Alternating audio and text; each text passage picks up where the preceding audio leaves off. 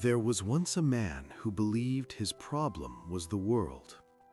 He believed the world was too loud, too fast, too demanding. Every morning he woke up tired, not because his body was weak, but because his mind never slept. Thoughts followed him like shadows, regrets from yesterday, fears about tomorrow, comparisons, expectations, noise. Even in silence, his mind screamed. He tried everything: motivation videos, books, advice, routines. Nothing worked. One day, exhausted and desperate, he heard of an old guide who lived far beyond the city, where roads ended and distractions disappeared. People said the guide didn't give answers, he gave experiences. So the man went to him. The guide was old, calm, and silent. The man poured out everything: his stress, confusion, anger, questions. "How do I fix my mind?" he asked.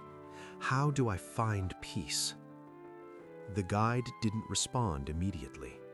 Instead, he handed the man a clay cup filled to the very edge with dark liquid. "Hold this," the guide said, "and walk with me." They walked. Through narrow paths, uneven ground, sharp stones. His hands trembled, his eyes locked on the cup. Every step demanded his full attention. One wrong move and the liquid would spill. For the first time in years, he wasn't thinking about the past. He wasn't worrying about the future. There was only this step, this breath, this moment. After a long while, they stopped. The guide asked quietly, "While you were walking, what were you thinking about?" The man paused, then slowly said, "Nothing except the cup." The guide smiled. "That," he said, "is the mind you are searching for." The man was confused. "But I didn't empty my thoughts. I just focused." The guide nodded. "Exactly," he replied. "Trying to empty the mind is like trying to calm water with your hands. The harder you try, the more it moves." He continued, "Your mind is not crowded because it thinks. It is crowded because it clings. You cling to what has passed. You cling to what hasn't happened.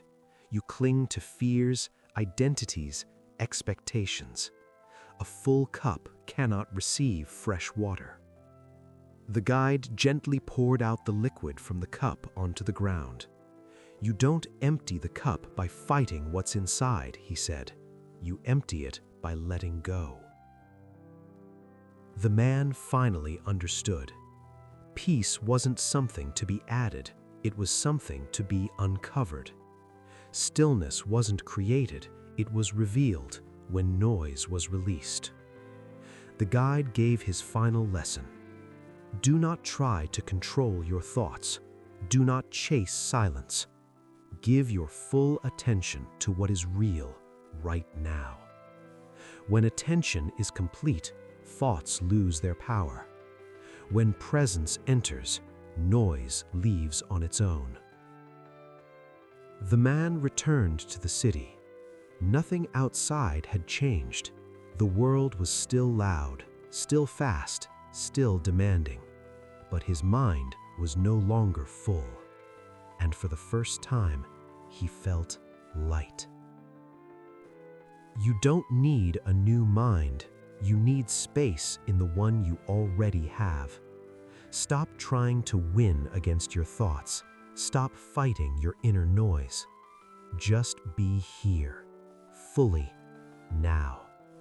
Because when the cup is empty, life finally pours in.